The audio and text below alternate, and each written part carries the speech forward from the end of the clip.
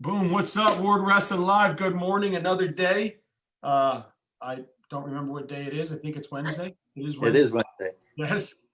Days just keep going by through this process. But It's that COVID week to you. Yeah, holy moly. My 6 months have been one big day. Yeah. But man, I got the great coach, Jake Patacsil, on. He was a Florida State champ out of St. Thomas Aquinas. If you're from Florida, you know that legendary program for wrestling, football, baseball, debate.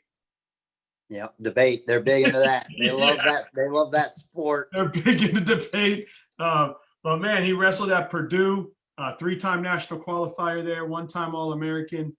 He, like I said, a Florida State champ, a national NHSCA champ. And he comes, his coaching avenue has been amazing. Hofstra, Duke, Notre Dame, Central, Mount Olive. And this is the third program you're starting. So this is becoming a habit for you. Yeah, you got to get on it. I do enjoy starting programs, but really the reason why was to get that experience to if a program ever opened up down here. I love my hometown. I'm 20 minutes away from where I grew up. And so being back home, the only one left here now is me and my brother, but I still got a bunch of family and friends in the area. So to be back here, that was the main reason, is like, I wanted that head coaching experience so that if a job opened up, they'd say, all right, this guy's got some experience. Let's bring him back down. Nice. Do you have your brother coaching with you? Is he still doing it? Yeah. So I didn't think he would. They gave me a couple GA positions, and I'm like, I'm joking with him one night, and I'm like, I got these GA positions. I need to find people. And he's like, I'll do it. And you think, all right, he's just joking, because he's got he actually coaches. He actually, this year, they're probably not going to have a season, but he works at St. Thomas Aquinas as a guidance counselor. And so, he's like, we're not doing anything here. Like, can I do it? And I'm like, you're joking, right? He's like, no. I said, yeah, man, if you want to come on in, so he's going back for another master's degree, and, he'll be here coaching and stuff like that. He's been at all the meetings so far. And, like I said, it's been great having him, because him and I grew up together wrestling, at St. Thomas, and even at Purdue, we were drill partners. And it was huge to have a brother, because I could basically be at middle of the night and be like, yo, Sam, I need to get, a workout in. Let's bust into that wrestling, because they'd lock it up. So we'd find all these ways in to get into the wrestling room. And, awesome. You had to get a workout in. So it was good to have someone who I could just always say, let's go. And he always pushed me. I think him and I both worked a lot in the summers to develop my tilt series, when I needed to get it better. Yeah. And I know, obviously, I know the FHSAA has, so far, sports are happening, but I know down in South Florida, the cases have been a little bit higher than most of the states. So yeah, I'm not sure what'll happen down there. I'm sure hoping that, as of right now, seems like people are getting ready to wrestle, Yeah, well, I think they're preparing for it, but it might be kind of like what they're doing with football, where South Florida might be on a hold, whereas the rest of and I think that's how it is, because that's what they've been telling me about St. Thomas Aquinas. They're kind of in a holding pattern where the rest of the state's kind of getting after it. Yeah, and I kind of like, New Jersey, what New Jersey did. Obviously, I prefer to have a full season with full tournaments, mm-hmm. Right? But I think what New Jersey did was they were told they can have X amount of time for a wrestling season, and They chose, well, why don't we do it? And correct me if I'm wrong, somebody out there, but I think they chose, why don't we do it going into the postseason, so that kids still get that opportunity to do whatever, I guess, their version of district, region, state, like we have here. Yeah. Seems like a good way to do it. They still get that, with the seniors and stuff, at least they still get that opportunity to get that feeling, right? Yeah. Well, I think that's the important thing. I was coaching D2 last year, so I kind of got the rough end of the stick there, because we were at the national tournament and they canceled it on us, and the way I think about it is everyone works towards the national tournament. You don't care about the season as much. That's just a practice for you. And that's what I teach my guys. It's like, everything in the season is a practice, guys. Go at it and try your stuff. When we get to nationals, when we get to our conference tournament or our region, and obviously there was a super region, that's not practice. That's the thing. That's where we got to shine. That's where we got to put all our stuff out. And for, it almost sucks, because the NCAA took it away and says, you know what, you used your whole year. You burnt that year, and you didn't even get it. I had two guys make it our first year, both those guys didn't even get a wrestle. They were there. We were training. And that's what I don't get. Like, we were training up until 12 hours to go, you know, and it's like, these guys have been with each other. It's not like, you know, they're in little bubbles, you know, they're already, if someone had it, they've already given it to everybody. Like, it's too late by then. Like, you should, if you were going to cancel it, don't have it. And if not, then let's just roll, you know, we had a day to go. Let's just go into it. And then the bad thing was, just like in Division I, we were talking about earlier with Lugo. I mean, they didn't even let those guys get a year back, you know? Yeah, that was tough. But I think, but what do you do? Like, if you have a 5th-year senior, they're done. And you give him a year back. I mean, he's not coming back to school. What's he going to do? Well, he might. I mean, a lot of them, what you do is you offer grad school. You know, you say, hey, let's go grad school, man. You know, we'll pay for this year's grad school. Boom. You know, and they can continue going to school and getting it paid for if they have a big scholarship. But it's, you know, that I had freshmen, so those guys, you know, those guys would have really enjoyed it. You know, but that's what it is. You tell them, hey, we got grad school for you. Yeah, that makes sense, because I was wondering, that too. I'm like, even if you give a 5th-year senior, Well, you know, and they did it. They did it with fall sport, you know, or with spring sports. They did it. I'm done with school. I don't want to be here anymore. Well, yes, and you're going to get some guys like that. I've talked to some guys, because when I was trying for those GAs, I was talking to people, and I'm like, hey, man, love to have you down. Oh, coach, I've done with school. I've been going for, you know, 12, 13 years. I don't want any more. I'm like, listen, I understand. Get out there and work, and then talk to me, you know, after you get a year of work, and say, maybe I'll be back in school. I always wonder, do they still do it in high school where they have those post grads? Like, I remember we were playing ball, and there'd be like a post grad. I'm like, the hell are you still doing in high school, post grad? The hell you want to be here? No, they do it, you know, in a lot of those prep programs. So, you know, the prep programs will have it, like, like Blair, and what is the other one? The Scott Green's at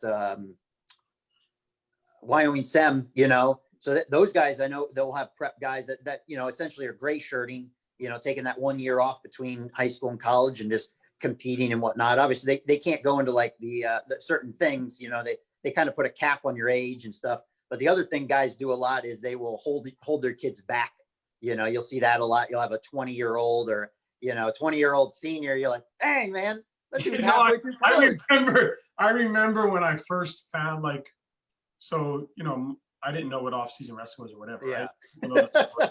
And we found a club, and I remember first meeting some parents, and they're like, how old's your son? I'm like, he's this age, but he's already in, you know, he's already going into 9th grade. Now he just started 10th, and he's 14, right? So he'll be 15. But I remember he's starting 9 years old. They're like, oh man, you need to hold him back. He's gonna get bigger. I'm like, what? I'm like, okay, I'll just be like, hey, dumbass, you gotta stay back a year so you can. So I mean, I guess there's a reason for it, but I feel like unless you did it like, okay, so our little one, we were able to hold back, but that's because he just stayed home an extra year and then started kindergarten, right? Yeah, like, you did it when he was a little kid. Oh, there's people that do it in like high school, middle school. I can't imagine going up to my kid right now going, hey man, great job in 9th grade. Do it again. Let's do that one again. I think he'd be like, Dad, come on, man. My ADHD will kill me another year. He'd be like, the butterflies and shit. So yeah, I don't get it. But hey, what's up, Coach De Armas? Coach De Armas shouting you out, bringing college wrestling to Miami. Yeah, man, we got to do it. East, and I don't know if Coach Duck is listening, but happy birthday, Coach Duck. I know. Happy birthday. One of our Florida legends, right? Yeah, man, he's a beast. And but man, so yeah, a little bit about the COVID. We got through that, but you know, hopefully South Florida opens back up and you guys get rocking and rolling. It seems like it, and I keep checking because, you know, you listen to the news and it's always doom and gloom. Everything's getting worse and worse. I keep checking. It's like we're at the lowest numbers in 2 months. You know, it seems like we just keep going down and down. And I'm not trying to say we as in like South Florida, but we in South Florida going down as well. But the entire state itself is really going down. I'm hoping they start stage 2 or stage 3 pretty soon. You know, I know there's stage 2 everywhere else, but down here it's still, you know, everything's shut down. And I think they're opening restaurants and stuff pretty soon, or they might have just done it. So, you know, I'm really hoping that starts happening because I want to go to some of these sports here. You know, like we can't go to any of our, you know, we're having volleyball games, we're having football games. We can't go to anything like that, you know. once stage one, or once it goes from stage 1 to stage 2, then we can start at, the guys on campus can start to go to things. But right now there's nothing to do on campus except go off campus. I'd rather the guys staying on campus, because in my mind, it's safer here, where we have a you don't get on campus without a temperature check. They're not letting just random people on campus. We got gated guard gates, and so I think it's safer to stay on campus than it is to go off campus. Well, I can tell you that my dad is an alum of St. Thomas University Law School. So okay. He was the first or second class, maybe the first class of their law school there. And I remember being a kid. So he was a police officer for 30 years, but kind of halfway through his career, he was like, I don't want to be like a security guard when I retire. Yeah. Back to school. So he went back to school, got his degree, but then he continued to be a cop. And then after he retired a week after 9/11.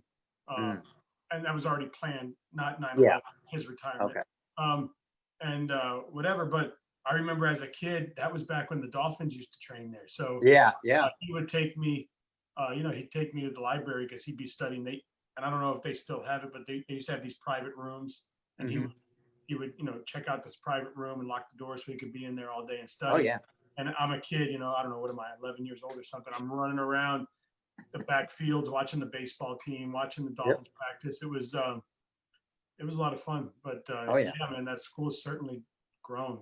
Oh yeah, it's huge. I mean, in the past 3 years, so 2 years ago, we were at like 600. We're at about 1,300 now. I mean, we've doubled the school population in that time, and it's great. And we are continuously building stuff. And I think that's one of the reasons that really attracted me down here, beyond the fact that it's, close to hometown, was that these guys, when they have a big spurt and we bring people in, we're not afraid to build new things. I mean, we're just building up a new business center right now. And it's a huge building. I always tell people this, we're a smaller school. We got that 10-to-1 student teacher ratio, but at the same time, we're building buildings like you would see at a bigger university like Purdue, like the business center is as big as buildings that were at Purdue.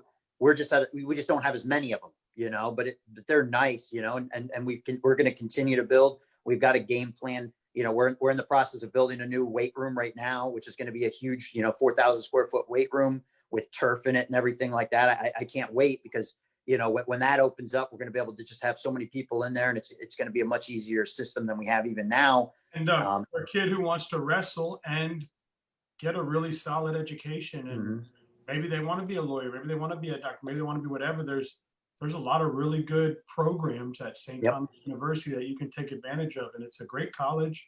And it's putting out a lot of great people into our world. So man, and you can be in Miami. You don't have to be all the way down into the heart of the city, but you're right there between Miami, between Fort Lauderdale, between Hollywood Beach.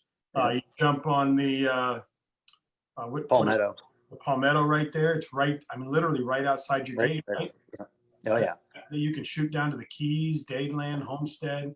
You just have easy access, man, to everything. And everything. Great, man. It seems like your thing is to start wrestling programs, but now you got a chance to start one in your hometown. What's it like starting a program? Finding the right kids, recruiting, deciding who your coaches or GAs are, setting the right mindset, all that stuff. So it's got its ups and downs. Obviously is an up. You're forming the culture. Every single guy you bring in, and there's no established culture. So if you're starting to see some stuff that you're not liking, you nip that stuff in the butt right away, and you keep your culture going your way. The only way you're going to be a successful business is everyone's on the same bus going one direction. When you got people going the other way, they need to get off that bus. And so you're able to really hammer home that kind of idea, because when you step into a big culture, when I went to Hofstra, it was much more of a party atmosphere there. We had to go in there, and we were on the verge of losing postseason play because we were a party. We were not a smart school. We were having a lot of guys flunk out and leave. And so we had to get in there and bring everyone back around to the other side of things. What's great, because Hofstra is known as a highly educational facility. Yes. And that's what happens. The president kind of wanted that, and we wanted that too. So when we went in there, it was about changing that program. And it took us, if you bring Dennis on him, and he'll tell you, it took 4 or 5 years for us to turn that program around, because when you're when you're uprooting a culture like that, that's just how it is. It takes a long time. You're not going to be successful right away because you're dealing with all the little things internally. You know, when you're starting a new team, you're coming in fresh. Every single guy you bring in, he's your guy that you brought in. And not only that, but if you, like I said, if you don't like him, kick him out, get him out of there, you know, and you don't let those roots pull down. Now, at the same time, you're starting with 0 people, you know, and so the school wants a certain number, and I'm a guy that likes to deliver, you know, so I always do over what they want. They want 25, I'm bringing in 35, you know, and just to, you know, say, hey, look what we can do here. But what I'm really doing it for is it shows other colleges in the area what you can do starting a new team, you know, and I started late. I started in March. So you have to imagine I've only been here 6 months and I have almost 40 guys on the team because of the want in Florida to be on a wrestling team. You could start a team down here at another school and you will get those guys. I had other guys that I had to, you know, that we just couldn't get in or you know, I'd turn away basically because of the numbers thing. And, you know, at the same time, you could start a program on the other side in Naples, or you could start it up, you know, heck, you could start it up north more. And what about Miami-Dade? Miami-Dade, that would be a great JUCO school, you know, like it would be a perfect one to start it. And I know they're trying to get a club established there because I've talked to a couple. You know, they had wrestling. They had wrestling. I know, back in the day, yeah. Because my uncle years ago. So I wonder where that went. I don't know, you know, and I think really the thing is you don't have someone who is pushing it down here. I mean, you look at Kaiser. Bert alone pushed for years to get them to start it, and they finally did. But you need someone like him that is going to hound down the athletic departments down here and just stay on them and say, we need to start it. We need to start it. We need to start it. But what I'm hoping is, like I said, I want to lead by example. I want our program to be that thing that you can point to and go, hey, look at St. Thomas did it. And they added, you know, 30, 40 kids that they wouldn't otherwise be there, added onto the thing like that. Yeah. 6 months and you've got this thing up and running, you know, and the great thing about wrestling is it doesn't cost a lot. It's not football. It's not pads and helmets and junk you got to replace all the time. It's wrestling shoes. The mats are a one-time cost, the headgear and stuff. I mean, you know, you're talking maybe $90,000 to really get that thing off the ground, you know, and you're going and you're doing it for relatively cheap that you'll make more in the first year than it costs to start that thing. And then subsequent next year, you're making more, you know, and so it's definitely a thing that I don't understand why some of the colleges down here don't buy into it, especially the JUCO level, the NAIA level, the Division II level. I mean, shoot, we got what's that school down here at the Sharks? Nova. You got Nova. I mean, shoot, if they want more people, add wrestling. You'll get a bunch of people that come out there. I mean, and it's crazy to me that happens, but it's a slow process. That's what it is you have to be patient, and athletic departments don't move on a dime. They take a long process to make any determinations. Yeah. And how many great clubs you have down there tons. We got South Fade in our backyard. Yeah. And do you think you will start, and it might be an idea you already have, but I'm thinking, I remember Mike, one of the athletic directors up at SEU, who I'm really friendly with. He was with the Orlando Magic for 20 years. He always reached out during last season, like, hey, bring some kids down to watch some wrestling. So will you do kind of like a high school night or a club night and have different teams from around the area come in and watch what you're doing there so that they can start to get that in their blood and feel like I now have a place that I can call home here in South Florida. I know you have Kaiser up the road also. So between the two of you keeping wrestling home in South Florida, I mean, there's definitely opportunity, right? I know Jesus said that you're trying to set something up with those guys, like dual nights and stuff to get you. No, 100%. And I'll speak on even a little bit deeper into it. You know, that one of the great things about down here is I have a president. He was my guy at Notre Dame. So, you know, I coached at Notre Dame. He was the higher up at Notre Dame. He's the one that started at Notre Dame. He's the one that started it at what's that one right out of Cincinnati? Thomas More. He started wrestling there in football, and then he came down to St. Thomas and started down here. I mean, he's a big supporter of wrestling. But he said the same thing to me. He's like, get these guys involved. I want you to get, we're trying to set up a coaches clinic. When we do our wrestle off kind of thing, we're trying to set up a coaches clinic so that I get the local coaches in the area coming out here. I'm trying to set up another thing where, I talked to our AD and football coaches here is the guy that was at Notre Dame with me then, Bill Reichel, great guy to work for. And this dude, I talk to him all the time. And, and we, I'm saying, hey, can we do this? Can we do it? Yes, we can do this. Yes, we can do this. So I'm trying to get the Dade versus Broward All-Star match down here, hosted at our school. I'm trying to get the, heck, they were talking about it. If they can't host a state tournament this year, that they do a South Florida state tournament this year. And we host it at my school. We just bring the teams from Dade and Broward, and we basically do a tournament right here.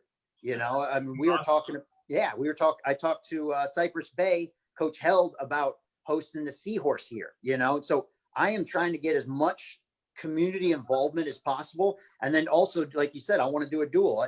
Once we get back in a COVID free, I want to have St. Thomas versus some team, St. Thomas Aquinas versus some team down here, and maybe bring a team from outside so that we can get local area and Florida guys involved in getting them here so that we can grow our program by having the guys on campus. I mean, I think that's a huge step. When I'm looking to recruit, I think the most vital step in recruiting is having kids on campus, seeing what your campus looks like, meeting you and the wrestlers and your assistant coaches individually is a huge thing, because talking on the phone or, and this year it was weird because I had to do Zoom calls for everything. So I was doing Zoom tours of the school. That's not the same as having someone on campus. You don't get that. You're walking around. Yeah. Listen, you got to do what you got to do. I got hired the day the school shut down. So I didn't even get a chance to bring anyone in. I'm doing Zoom tours the entire rest of the year, Hey, so are you allowed to, you can pull out all your high school gear now and wear it, right? Yeah, I can. Yeah, exactly. Yeah, same name, right? You can just have like St. Thomas gear on. Oh yeah. Bring it out of the lures. Yeah. Oh man, that's awesome. Yeah. So obviously, so you talked a little bit about finding the right kids and doing the right culture. And growing college wrestling in Florida. You obviously are very passionate about that. We just heard you. Now, what do you tell a lot? You were a South Florida kid. Now you came up out of South Florida when Florida wasn't really known as what it is known as today, as far as wrestling. But you had a process that you had to go through choosing college. You chose Purdue. Oh yeah. What do you advise young kids today when they're going through that same process? I mean, so back in my day, and I think it's still kind of the same today. Everyone wants to be at that top level. Everyone wants to go D1. And I'm not trying to ruin anyone's dreams. Some of you guys are going to make it to Division I. All right. That's the story. Some of you guys, but there's going to, realize that there's opportunity at different levels. Division II is a huge opportunity for people. Division I is an opportunity, but know that it's a meat grinder, especially if you're choosing Big Ten. I know a lot of people, I look at them and I go, you might not make it in the Big Ten. You're going to get beat every day in that room. And then when you go outside and you wrestle anyone, it's going to be the best guy in the nation. So my senior year, we were under the new system where they took however good the weight was. We had 5 spots to go. I was the 6th ranked guy in the nation and the 5th spot in the Big Ten. The only other guy was Darian Caldwell, that was higher. That was a non-Big Ten guy, and so it was just a brutal. I mean, I saw all of those guys. I saw Palmer 4 or 5 times a year, and a guy I don't want to see 4 or 5 times a year. You don't want to see him once a year, right? Exactly. And I'm seeing this dude 4 to 5. I see him at our duel. I'm seeing him at Big Tens. I'm seeing him at Vegas. I'm seeing him at this little dinky tournament, and it's just like in the Big Ten, you're going to lose a lot. I mean, and don't get me wrong. There might be that guy that's really good and you might not lose a lot, but you're going to have so many times that you're tested, and I always tell people that it's like, can you handle that stuff? Can you handle those losses on your record? Can you handle going from basically no losses ever to, seeing your first loss in your first tournament? Like it's a different thing. And even the Division I level is the same way. I mean, you're seeing the top of the top. You go to the Division II level and you've got a chance to really shine. You go to the NAIA level, you're getting a chance to shine. Really, I always say this, do you want to be that big fish in that smaller pond, or do you want to be that small fish in the big one? I mean, if you're looking at my career, I'm a guy that probably should have been looking at Division II or whatnot, but I started late. I was a late guy. I started in high school. I can tell you my dad was my coach, he never forced us into anything. He kind of let us do our thing. I was a big soccer player. I was like, I'm going to do soccer. I went to soccer tryouts and I missed the first one, made the second one. And the third one, family's taking a vacation. I said, you know what? I got to go vacation. Soccer's not that important. Yeah. And they were just like, listen, we're going to cut you. And my dad's like, hey, come out for wrestling. So that's how I got into it, and I started out okay, but I got that passion for it right away, And so if you've got that, don't be afraid to start out at the lower level or even JUCO, especially if you're struggling with the grades and stuff, JUCO is a big one to go into. But that's the other advice I'd give you is make sure that your grades are sound. The higher your GPA, the higher your test scores are, the more options you have. I'm not saying it'll get you into every school. You might be looking, all right, I can't get in this school, but don't limit yourself. If you can get into every school, if you can get into Duke, Harvard, all the Ivy Leagues, you have the pick of the litter. You could go anywhere you want. And if you're a really good wrestler, every school is going to be beating the door down for you. If you have terrible GPA, you are going to struggle to find any school that will take you, because at the Division I level, it's a risk. If you go in there and you flunk out, you hurt their APR. They're basically they're graduating numbers. None of the other divisions, NAI, Division II, JUCOs, they don't have that kind of restriction. Division III, they don't have those restrictions, so they can take more of a risk on you. But that's why a lot of times Division Is won't touch some people because they have a stigma around, hey, this guy's got terrible grades, he's going to flunk out. They're not going to take you as much. So the higher your GPA and the better you do on those test scores is the more options you leave yourself open to. And then the third thing is don't be afraid to sell yourself. I think too many people just hold back and say, you know what, we're going to wait for the coaches to come. We're going to wait for the coaches to come. And that's when I hear coaches calling me or someone else saying, I got this great guy. No one's talking to him. No one's talking because they don't know who he's at, get your name out there. Talk to coaches yourself. Send them an email. I get emails all the time from people saying, hey, coach, check out my stuff. This is what I've done, and if you send those emails, send me a contact information, send me some video and stuff. Don't just send me a name and say, hey, coach, I'm interested. Yeah, sure. Okay. You're interested, but what, coach, look at Johnny. Yeah, exactly. I need to know some information on what weight what weight are they, how did they do in the high school, because I got to evaluate these guys as well. If I'm getting a bunch of those emails, I don't have time to dig through everything. I'm going to maybe look at them some with a glance and go, yeah, this probably guys might not be very good. And I might pass them up, now I try to hit everyone up, but when you're busy, you might miss a few. So just don't be afraid to reach out. Every team mostly has a form you can fill out and send stuff to people. And it gives you a rundown of what they want to know, or you can send a direct email, or if you have their number, call that coach. That's taking initiative. And hopefully what it does is it builds that for you in the future. And you're able to translate that stuff over, that initiative that you had to get yourself into a college, but it'll translate over into how you're going to get a job or how you're going to do this or that in life. Awesome, man. And, my last question for you before we do my little 10-question game there is, yeah. What has wrestling meant to you? Now, I know you had a dad that was a coach, so you kind of were around the culture, but you didn't really buy into the culture till like you said, till high school. Yeah. Till high school. So do you think if you would have never taken that jump, you would be who you are today? No, 100% no. And I always say this is that, college is such an important thing. Being a part of a team is even more important. I always tell people, because they'll come to me and say, coach, I'm not coming there, or I can't afford to come there, or something like that. I say, listen, at the end of the day, if you don't come here, that's fine. I'm not in it for me. I'm not in it for the team. Obviously, I want us to do well, and I want you on the team. But it's more important for me that you succeed. Go somewhere else. Get another scholarship. Get another place you can go to and join a team. Because being a part of that team gives you a network of people that you're under. And so being a part of Purdue's team and them pushing me, yeah, sure, it helped me with wrestling. I was in that room every day getting beaten up, and getting beaten up every day is a great thing because it makes you want to win more. If you don't, then that's not the sport for you, because you need to be able to get beaten up, walk back out there the next day and say, I'm going to beat him this time. I'm going to beat him this time. But at the same time, so it gives you that perseverance. It gives you those feelings of like, I'm not going to lose. I'm going to keep winning. But it also gives, like I said, it gives you that support network. I know a lot of buddies of mine who have used that support network. Heck, I use it all the time. I talk to my old head coach all the time, looking for guys in Indiana. Hey, coach, what's up?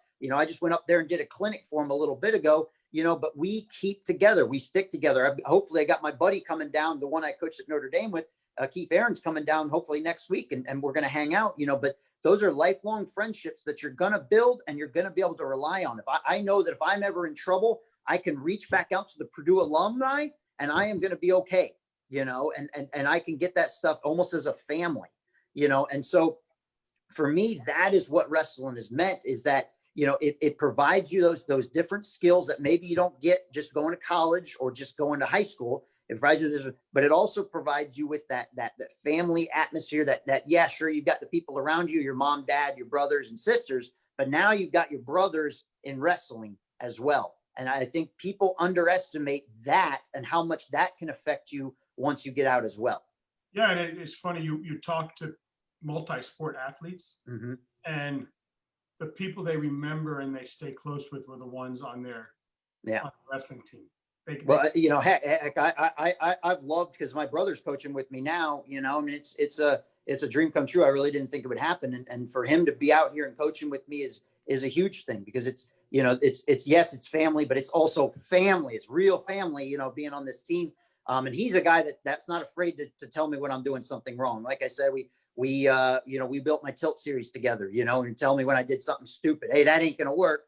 He's not going to sugarcoat stuff. And so I'm really looking forward to having him out here, that basically he'll be that counterbalance point, for some of my crazier ideas. Hey, that's not going to work. Or, oh, that's a great idea. And so having that, and, I was same thing with my dad, having my dad as my coach. I mean, that was huge. I mean, we got into a lot of fights, as you do. And I like to be a little bit flashy. I leg cradled someone when I was doing sit-ups, and, he had to yell at me quite a bit for that. But at the same time, I always took his advice, but I had to tell him, I said, hey, Dad, if I lose, give me a couple seconds, and, give me a minute or two to calm down, because I won't listen to you right away, but I'll take your advice afterwards. That's what my son told me. Give me 10 minutes, man. Leave me alone. Yeah. And I think as dads, you're always wanting to get to them and teach them something, but sometimes you just need a little bit of alone time that you can think and say, all right, I lost. Let me put myself back on track. It's true. Or just give him a hug. Just give him a hug. Yeah. Don't touch me. Don't touch me. Don't touch me. Yeah, exactly. Oh, it's awesome. All right, man. You ready? All right. All right. Drums or flats? Drums. Hollywood Beach or Lauderdale Beach? Or Lauderdale all day. Scrambled or over easy? Scrambled. Upper keys, lower keys? Can I say mid?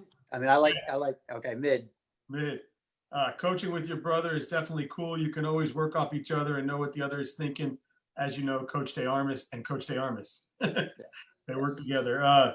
Single or double stuff? Single. Ooh. South Beach or Key Biscayne? Biscayne. Blackened or fried? Blackened all day on that. Blackened is so good. Oh, yeah. The Hard Rock or the Casino Cruise? Hard Rock. Hot or iced? Hot.